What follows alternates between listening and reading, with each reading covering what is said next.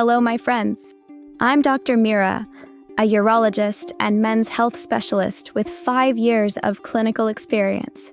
Today, I'm going to give you advice that most men never hear in their lifetime, a conversation that might make you blush a little. But I promise you it will change the way you think about intimacy, confidence, and even your health as a man.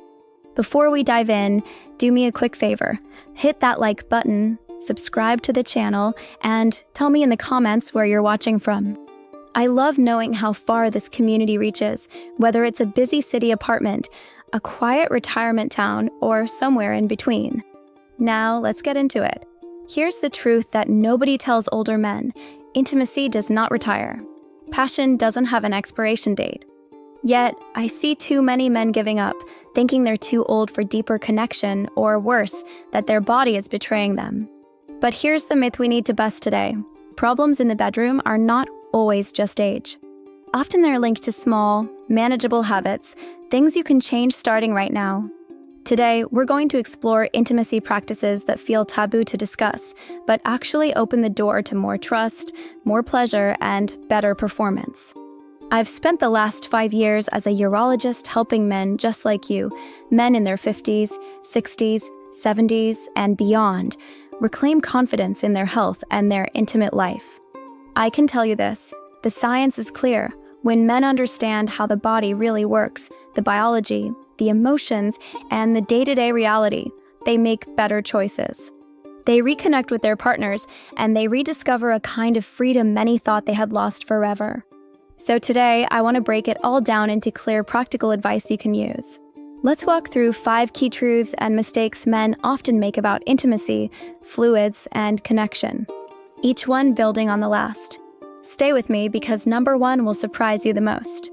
Habit mistake number 5, thinking vaginal fluids are dirty. Let's start here because this is the root of so much embarrassment. Vaginal fluids are not random moisture. They're a masterpiece of the human body. Biologically, they're produced by 3 main sources. The Bartholin's glands, which secrete silky fluid to reduce friction. The Skene's glands, sometimes called the female prostate, adding more lubrication during arousal. The cervix, which provides mucus that protects and balances the vaginal environment. These fluids are mostly water plus amino acids, enzymes, minerals, and lactic acid designed to protect delicate tissue, reduce infection risk, and make intimacy safe and pleasurable. Emotionally, when a man rejects or judges these fluids, it can create shame in a woman. Practically, it damages trust and makes intimacy feel unsafe. So, here's the shift. Don't think of fluids as gross. Think of them as the body's natural signal that connection is possible and safe. Habit mistake number 4, ignoring taste and smell. This is the number 1 private question men ask me. What about the taste or smell? Here's the biological truth. Fluids vary. Diet, hydration, hormones, stress, and even medications all change the profile. Pineapple, citrus, and hydration often lead to a fresher, lighter taste. Garlic, onions, alcohol, or coffee can result in a stronger edge. Hormones. Around ovulation, fluids are neutral. Around menstruation, a faint metallic note. After menopause, fluids may be less abundant or slightly more acidic. Emotionally, here's what matters. Variation is normal. No 2 men smell the same after a workout. No 2 women taste the same either. Practically, if there's a sudden unpleasant change with discomfort, it's usually a common treatable imbalance like bacterial vaginosis or yeast infection. That's a doctor's visit, not a deal breaker. The mistake is turning normal variation into criticism. Gentlemen, acceptance is more arousing than judgment. Habit mistake number 3, overlooking safety. Now, the big question, is it safe to swallow fluids? The short answer for healthy couples, yes. Fluids are mostly water, enzymes, and protective compounds. In fact, they're biologically less risky than things we do without thinking, like kissing or sharing drinks. But here's the caution. Fluids can carry sexually transmitted infections, just like semen or blood. Chlamydia, gonorrhea, herpes, syphilis, trichomonas, HIV. The risk is higher if one partner has an active infection, and even more if the receiving partner has mouth sores, bleeding gums, or ulcers. Biologically, risk exists. Emotionally, honesty is the safeguard. Practically, the fix is simple. Know your status, test together, and use barriers when needed in new relationships. The mistake is assuming no symptoms means no risk. True intimacy comes with trust and transparency. Habit mistake number 2, staying silent out of embarrassment. I've seen couples lose connection not because of illness, but because of silence. A change in smell, a question about safety, a curiosity about trying oral intimacy.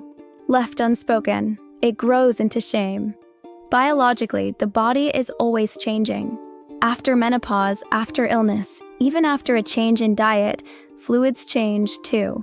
Emotionally, when couples hide concerns, the other partner feels rejection without explanation.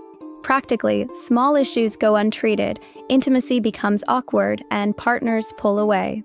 The mistake is silence. The solution is communication with kindness, curiosity, and respect. Habit mistake number 1, forgetting the emotional power of acceptance.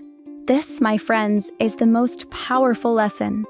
When a man embraces his partner fully, including her fluids, he communicates, "I accept you completely. I trust you. I love every part of you." Biologically, that acceptance helps a woman relax, which deepens arousal and increases natural lubrication. Emotionally, it heals years of quiet shame women have carried about their bodies.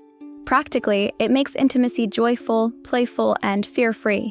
The biggest mistake men make is thinking intimacy is just mechanics. In reality, the strongest performance enhancer you'll ever discover is your partner feeling fully accepted. So, what do you do with all this? Here's a simple 3-step action plan. Have the health conversation. Gently suggest testing together. It's not mistrust, it's partnership. Twice a year is a healthy standard. Pay attention. Don't judge. If something smells different, suggest a refreshing shower together. Encourage hydration or support her in checking with her doctor. Approach it as a team. Practice acceptance. Remind yourself her individuality is not a flaw. Her fluids are not dirty. They're a sign of health, readiness, and trust. I know some of you might still feel shy about this topic. That's okay, but let me reassure you, you are not alone. Every man in my clinic asks these same questions. Every couple worries about the same things. And when they finally talk about it with honesty and care, their intimacy not only survives, it thrives. Remember this: safety does not kill romance. Safety builds trust, and trust makes passion last for decades. So gentlemen, here's the final takeaway. Passion doesn't retire. Your 60s, 70s, even 80s can be your most connected, most confident years. If you let go of shame, embrace acceptance, and care for your health together. Don't waste money on gimmicks or unsafe pills. Care for your body, talk openly with your partner, and embrace intimacy fully. If this video spoke to you, hit like, subscribe, and share it with another man who could use this reminder. And tell me in the comments, where are you watching from, and what do you want me to cover next? I'm Dr. Jocelyn, and remember, small changes can bring freedom, comfort, and confidence back into your life. Passion does not expire, and neither should you.